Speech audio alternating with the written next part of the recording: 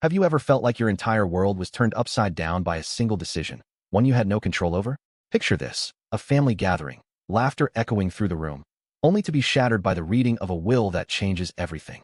That's exactly what happened to me when my beloved grandmother, the glue that held our family together, passed away and left her entire inheritance to just one of us, my younger cousin, Ethan. The shock, the betrayal, the raw anger that followed ripped through our family like a wildfire, leaving nothing but ashes in its wake. As I sat there, clutching the worn-out photo of Grandma and me, my heart pounded with questions I couldn't answer. How could she do this to us? Why him and not me, or anyone else? This is the story of how a single piece of paper destroyed the family I thought I knew, the emotional storm it unleashed, and the painful journey I'm still on to make sense of it all. If you think family drama can't get worse than holiday arguments, think again. What started as a somber moment of mourning turned into a battlefield of resentment, jealousy, and unspoken grudges that had been simmering beneath the surface for years. I'm still reeling from the fallout, grappling with feelings of rejection and loss, not just for Grandma, but for the unity we once had. Stick with me as I unravel this tangled mess of love, betrayal, and the desperate search for closure. You won't believe how deep this wound cuts, or the unexpected twist that made me question everything I thought I knew about my own grandmother. Growing up in the small, sleepy town of Willow Creek, nestled in the rolling hills of upstate New York, my childhood was painted with the warm hues of family traditions. Our family wasn't perfect, but we had a rhythm, a sense of belonging that felt unshakable. Grandma Rose was the heart of it all. Her little white cottage with the sagging porch and the garden bursting with sunflowers was our sanctuary. Every Sunday, without fail, we'd pile into her tiny living room for potluck dinners, the smell of her famous apple pie wafting through the air as we kids played tag in the backyard. I can still hear her raspy laugh as she'd pull me onto her lap, her weathered hands braiding my hair while she told stories of her youth during the Great Depression. She had a way of making every one of us feel special, like we were her favorite, even though there were 6 grandchildren in total. I was the eldest, always the responsible one, the one who helped Grandma with chores when the others were too young or too distracted to care. I'd spend hours with her in that garden, learning the names of every flower, every herb, while she'd hum old folk tunes under her breath. She'd tell me I had a green thumb, just like hers, and I'd beam with pride, feeling like I was carrying on some sacred family legacy. Those moments with her weren't just memories. They were the foundation of who I am.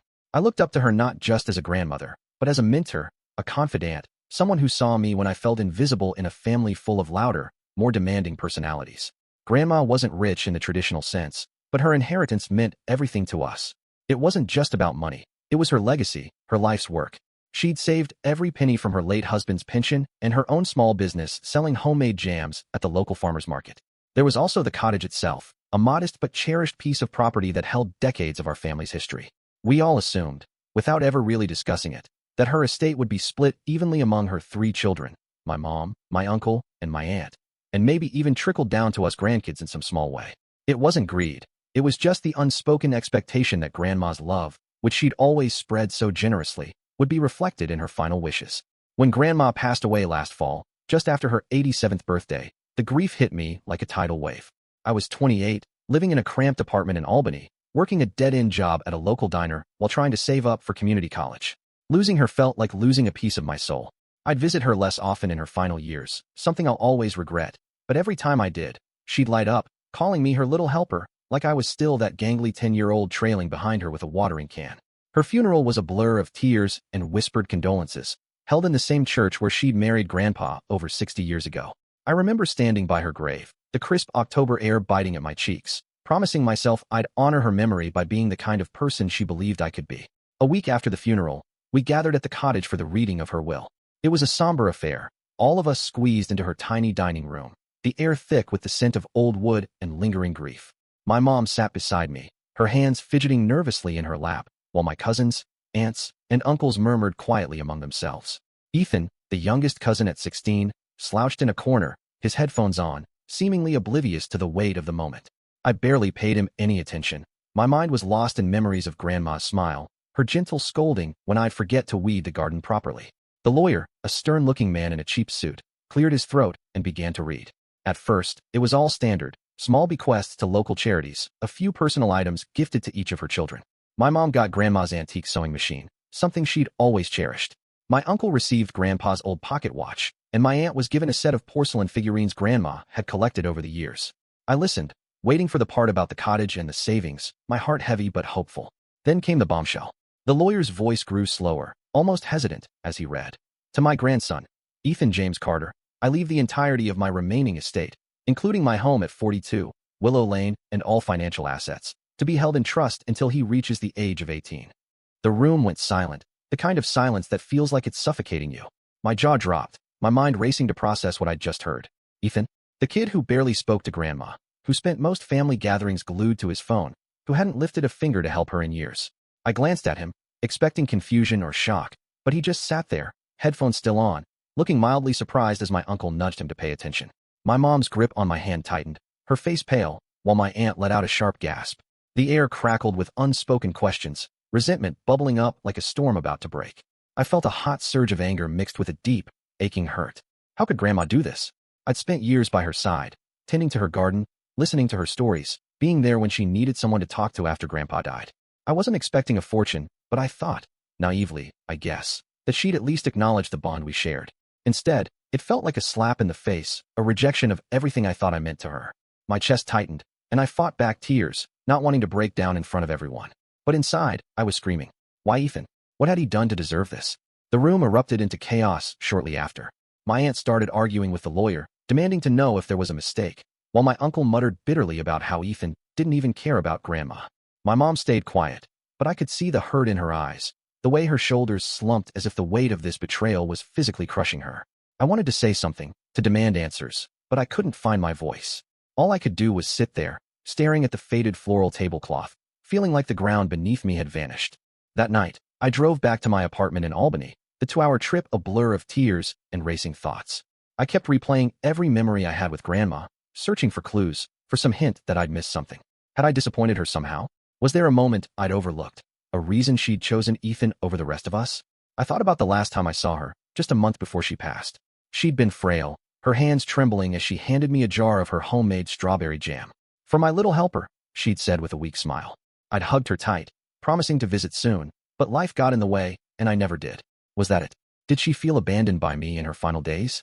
The weeks that followed were a haze of bitterness and confusion. Family gatherings stopped altogether. The Sunday dinners at the cottage were a thing of the past now that Ethan's trust owned the property.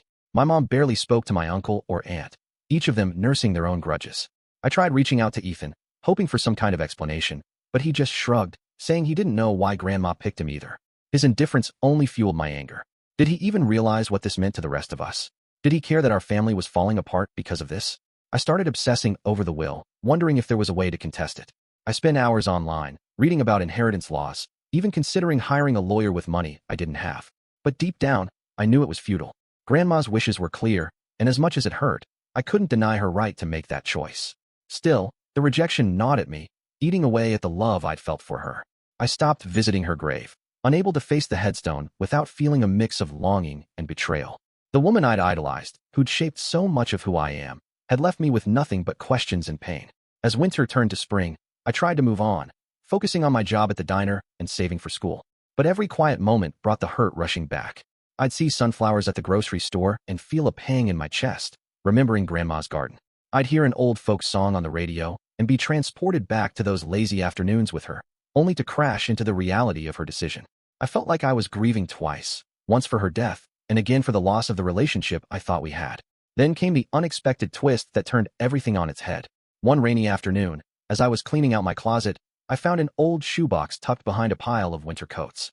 Inside were letters, dozens of them, all in Grandma's familiar, shaky handwriting. My heart raced as I opened the first one, dated just a year before her death. It was addressed to me, my dearest little helper. It began, and I felt tears prick my eyes before I even read the next line. She wrote about how much she loved me, how proud she was of my strength and kindness, and how she wished she could have done more to help me with my struggles. As I read through the letters, one after another, I began to piece together the truth. Grandma hadn't chosen Ethan out of favoritism or spite. She'd chosen him because she believed he needed it most. In one letter, she explained that Ethan had been struggling silently, dealing with bullying at school, battling depression, and feeling like he didn't belong in our loud, chaotic family. She'd spent late nights talking to him on the phone, something none of us knew about, trying to give him a lifeline when he felt like he had none. She wrote that she trusted me, as the eldest, to understand her decision, to be strong enough to handle the hurt, because she knew I had a resilience the others didn't. She left Ethan the inheritance not as a reward, but as a safety net, hoping it would give him a chance to build a future he couldn't see for himself. Reading those words, I felt a storm of emotions crash over me. Relief, because she hadn't forgotten me or dismissed our bond. Guilt, for assuming the worst about her intentions. And a deep, aching sadness, because I hadn't known how much Ethan was struggling, hadn't been there for him as a cousin, as family. I sat on my bedroom floor, surrounded by her letters, sobbing for what felt like hours. I missed her so much, and now I understood her choice, but it didn't erase the pain of the past months. If anything, it complicated it. How could I be angry at her for wanting to protect Ethan, yet still feel so hurt by being left out? I decided to reach out to Ethan again, this time with a different perspective. I didn't mention the letters, not yet, but I asked him to meet me for coffee. When we sat down, I saw him in a new light. His slumped shoulders, the way he avoided eye contact, the quiet sadness that clung to him. I didn't bring up the inheritance directly. Instead, I just talked, reminiscing about Grandma, sharing stories of her garden and her stubbornness. For the first time, I saw a flicker of a smile on his face as he recalled how she'd sneak him extra slices of pie when no one was looking. It was a small step, but it felt like the beginning of something. Maybe not forgiveness, but understanding. Rebuilding my relationship with Ethan became a slow, tentative process. I started checking in on him more often, inviting him to hang out when I visited Willow Creek. I learned about the struggles Grandma had written about, the weight he carried that none of us had noticed.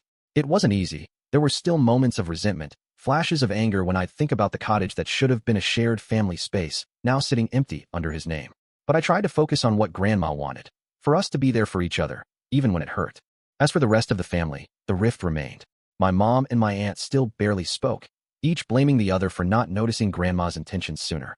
My uncle withdrew completely, refusing to attend family events or even answer calls. I felt caught in the middle, wanting to mend the broken pieces but not knowing where to start. Every attempt at reconciliation seemed to unearth more old grudges, more unspoken hurts that had nothing to do with the inheritance but everything to do with years of unresolved tension. It was exhausting, and there were days I wanted to give up, to walk away from it all and focus on my own life. But I couldn't. Grandma's letters stayed with me, tucked into that shoebox on my nightstand, a reminder of her faith in me. She believed I could be the one to hold things together, even if it felt impossible. So I kept trying, organizing small get-togethers, sending messages to check in, hoping that time would soften the edges of our pain. I also started visiting her grave again, not with anger, but with a quiet resolve to honor her memory by rebuilding what I could. I'd sit by her headstone, the wind rustling through the autumn leaves, and tell her about my day, about Ethan, about the family. It felt silly sometimes, talking to a slab of stone, but it brought me a strange kind of peace. Now, as spring blooms into summer, I find myself at a crossroads. I've made progress with Ethan, and I've come to terms with Grandma's decision, even if the hurt lingers like a stubborn scar. But the family I once knew feels like a distant memory, fragmented by a choice that none of us saw coming. I'm still grappling with how to move forward, how to bridge the gaps that seem wider with each passing day. Do I keep pushing for reconciliation, even when it feels like I'm the only one trying? Or do I let go, focusing on my own path and the life I want to build for myself? I've also started to wonder about my own future in Willow Creek. The town holds so many memories, both beautiful and painful, and I'm not sure if staying here is the best way to heal. Maybe a fresh start somewhere new could help me redefine who I am outside of this family drama. But then I think of Grandma's garden, of the sunflowers that still bloom every summer, and I feel tethered to this place, to her legacy, in a way I can't quite explain. I'm sharing this story with you because I'm still searching for answers, still trying to navigate the messy, complicated aftermath of betrayal and loss. Have you ever faced a family rift like this, one that felt impossible to mend? How did you find your way through the pain? Or did you ever? I'd love to hear your thoughts, your experiences, because I believe we can learn so much from each other's journeys. And as I stand here, looking at the pieces of my family scattered like fallen leaves, I'm left wondering, what does healing really look like? How do I honor Grandma's memory while still acknowledging the hurt her decision caused? Thank you for listening to my story, for being here with me through this emotional roller coaster. I'm looking forward to your reflections as I try to figure out what comes next in this tangled web of love, loss, and the hope for something better.